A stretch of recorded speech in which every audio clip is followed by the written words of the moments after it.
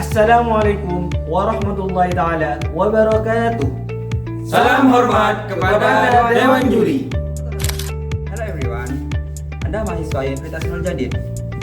Kemudian Anda menemukan fasilitas kampus yang rusak parah, atau merasa pelayanan akademik kurang memuaskan, atau bahkan menemukan tindakan-tindakan yang mengancam terhadap keamanan kalian. Nah, apa yang harus Anda lakukan dan ke siapa harus Anda melaporkan sehingga laporan ini terjamin terhadap keamanan kalian? Nah, inilah realitas mahasiswa yang dialami sekarang. Kami percaya setiap mahasiswa berhak mendapatkan lingkungan kampus yang aman, nyaman, dan responsif. Oleh karena itu, kami hadirkan Laporpak, sebuah platform inovatif yang bisa menjadi jembatan antara mahasiswa dengan pihak kampus. Kami memastikan setiap suara dan inspirasi itu ditindaklanjuti secara aman dan transparan. Laporpak bukan hanya sekedar aplikasi.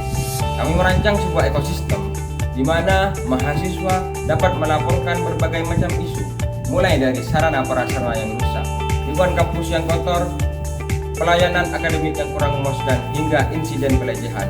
Kami memastikan semua suara dilindungi dan ditindaklanjuti. Kami memahami bahwa solusi yang kuat harus didukung oleh desain yang intuitif, mudah digunakan, dan menarik secara visual. Oleh karena itu, izinkan kami mengajak Anda lebih dekat menelusuri setiap detail desain UX dari Laporpak yang kami bangun secara cermat dan hikmah. Mari kita bedah bersama-sama. Nah, di sini adalah tampilan awal dari aplikasi Laporpak. Jika pengguna baru pertama kali download atau membuka aplikasi Laporpak, maka akan menampilkan seperti ini. Nah, di sini adalah tampilan kedua dari aplikasi kita ini ya. Karena kita masih baru pertama membuka atau baru pertama download, kita disarankan untuk daftar. Kenapa? Karena kita masih belum mempunyai akun. Nah, teman-teman tinggal klik daftar. Teman-teman tinggal isi lengkap aja form yang sudah disediakan seperti nama lengkap, email atau NIM, kata sandi, dan konfirmasi. Nah, setelah semuanya terisi, teman-teman tinggal daftar saja. Nah, setelah daftar tapi teman-teman lupa kata sandi, jangan khawatir karena di Laporpak ini menyediakan fitur lupa kata sandi.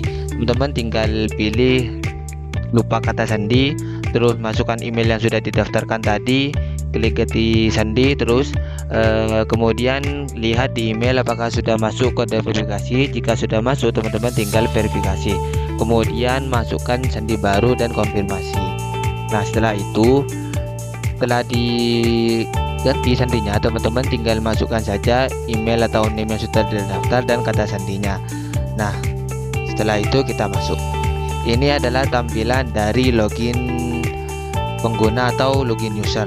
Di sini ada kalimat sapaan, halo Unuja Berkeadaban, selamat datang di Laporpak. Nah, maksud dari Unuja Berkeadaban ini adalah username yang kita daftarkan tadi. Nah, dan Laporpak sendiri memiliki beberapa fitur. Di antaranya yang pertama ada fitur lapor sarana, yang kedua ada lapor pelecehan, yang ketiga adalah lapor pelayanan akademik, yang keempat ada lapor aksesibilitas, dan yang kelima ada fitur lapor lingkungan kampus. Dan fitur terakhir ini ada pengaturan. Nah, pengaturan ini nanti akan dijelaskan belakangannya. Nah, untuk fitur yang pertama di sini ada fitur lapor sarana, kita klik aja. Nah, gunanya dari lapor sarana ini adalah ketika si pengguna atau mahasiswa itu ingin melaporkan sebuah sarana atau jenis sarana yang misal kayak proyektor, AC ataupun kursi itu yang sedang bermasalah di dalam sebuah kelas, maka teman-teman pengguna ini tinggal mengklik fitur yang di lapor sarana. Nah, kita contohkan, semisal di sebuah kelas itu ada proyektor rusak ya, kita tinggal pilih proyektor. Nah, lokasi spesifiknya itu di mana yang proyektor yang bermasalah tadi, kita tinggal tambahkan lokasi spesifik, deskripsi. Nah, deskripsi ini adalah untuk memberitahukan kepada si admin bahwasanya si proyektor ini di lokasi ini sedang bermasalah. Setelah teman-teman mengisi form, jika ada bukti foto atau videonya itu lebih memudahkan admin gitu. Jadinya jika semuanya sudah selesai, tinggal kirim laporan. Nah, kirim laporan ini setelah selesai maka akan langsung memunculkan riwayat laporan dari fitur si lapor sarana tersebut. Dan yang kedua ada lapor pelecehan. Nah, lapor pelecehan di sini ada beberapa jenis. Yang pertama ada lapor pelecehan secara fisik, yang kedua ada secara verbal, yang ketiga ada secara cyber, dan yang terakhir yaitu ada secara seksual. Nah, kita contohkan saja di jenis pelecehan yang secara seksual ya. Nah, di sini teman-teman atau korban itu disuruh mengisikan kapan kejadiannya, deskripsi dari permasalahannya atau kejadiannya itu. Jika ada pihak yang terlibat atau pelaku, itu dapat tinggal upload foto si pelaku atau bukti yang lainnya gitu. Jika sudah, tinggal kirim laporan. Nah, yang ketiga ada fitur lapor pelayanan akademik. Nah, di sini di lapor pelayanan akademik ini juga memiliki beberapa jenis.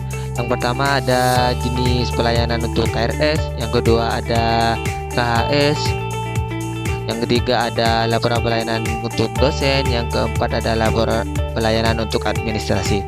Nah, kita contohkan di lapor jenis pelayanan yang dosen ya.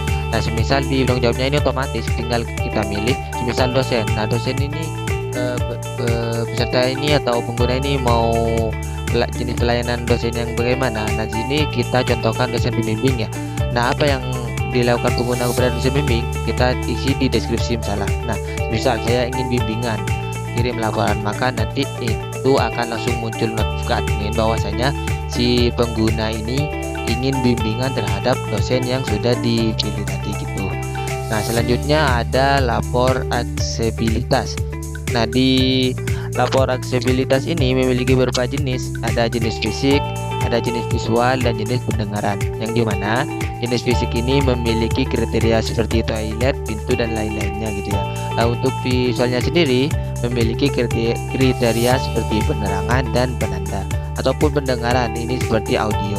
Nah, di sini kita contohkan saja kita ingin melaporkan aksesibilitas tentang fisik ya, semisal. Nah, itu setelah terisi maka kita isi lokasinya di mana. Seperti ini contohnya, semisal toilet Putra Gedung D. Nah, apa yang terjadi di toilet Putra Gedung D kita kasih deskripsi toilet lah semisal. Nah, setelah itu jika ada bukti itu lebih baik, semisal foto toiletnya atau apanya lagi tuh. Setelah itu kita kirim. Nah, yang fitur kelima ini ada fitur lapor lingkungan kampus, yang mana jenis lingkungan yang bermasalah ini ada beberapa macam, semisal seperti contohnya sampah berserakan, pencemaran air atau udara, atau taman rusak. Misal kita contohkan di taman rusak ya. Nah, di taman rusak ini kita input juga lokasi spesifiknya di mana taman rusak itu terjadi. Nah, semisal kita inputkan di taman dekat kantin. Apa yang terjadi dengan taman dekat kantin ini? Nah, di sini kita masukkan deskripsinya. Nah, di sini pilihnya banyak tanaman-tanaman yang mati. Jika ada bukti itu akan lebih baik kirim laporan. Nah, dari semua laporan-laporan yang kita kirimkan tadi, jika pengguna ingin mengetahui laporan apa saja yang sudah terkirim, si pengguna tinggal klik icon di tengah ini untuk melihat semua riwayat laporannya. Nah, untuk fitur yang pengaturan sendiri ini adalah fitur dari profil si pengguna sendiri. Jika si pengguna ingin mengganti username, tinggal klik ganti username lalu simpan. Misalnya ingin ganti sandi, tinggal masukkan sandi dan konfirmasi begitu. Nah, mungkin itu saja untuk fitur dari si pengguna. Selanjutnya kita akan menjelaskan fitur dari admin ya. Nah, untuk fitur admin teman-teman tinggal masuk. Nah, di sini adalah tampilan si admin. Nah, apa tugas atau fungsi si admin sendiri? Tugas atau fungsi si admin sendiri itu tinggal mengklik fitur riwayat laporan. Nah, di sini akan muncul beberapa laporan-laporan dari si pengguna. Nah, semisal ya, saya mengklik di sini kan sudah ada 3 laporan yang masuk nih. Nah, di sini yang pertama ada proses, yang kedua sudah pending, yang ketiga juga sudah proses. Nah, otomatis yang 1 dan 3 ini sudah ditangani dan masih berproses gitu. Nah, saya akan menjelaskan di fitur yang kedua yaitu yang berstatus pending, yang mana ini adalah laporan tentang aksesibilitas yang fisik, yang mana deskripsinya itu pemberitahuan. Nah, fungsinya admin itu untuk menangani laporan dari si pengguna. Jika laporan ini sudah dilaksanakan, maka si admin tinggal mengklik ini, klik selesai, maka otomatis statusnya akan berubah. Nah, maka di status yang si pengguna tadi yang melaporkan aksesibilitas ini juga statusnya yang dari awalnya pending menjadi selesai, begitu teman-teman. Nah, ini juga untuk pengaturan sama ya. Untuk pengaturan di sini adalah untuk mengganti si username dan ganti sandi dari si penggunanya, begitu teman-teman. Lapor Pak adalah sebuah investasi untuk mahasiswa, untuk kampus, dan untuk masa depan yang cerah. Kami sangat antusias untuk melihat dampak positif yang akan dibawanya.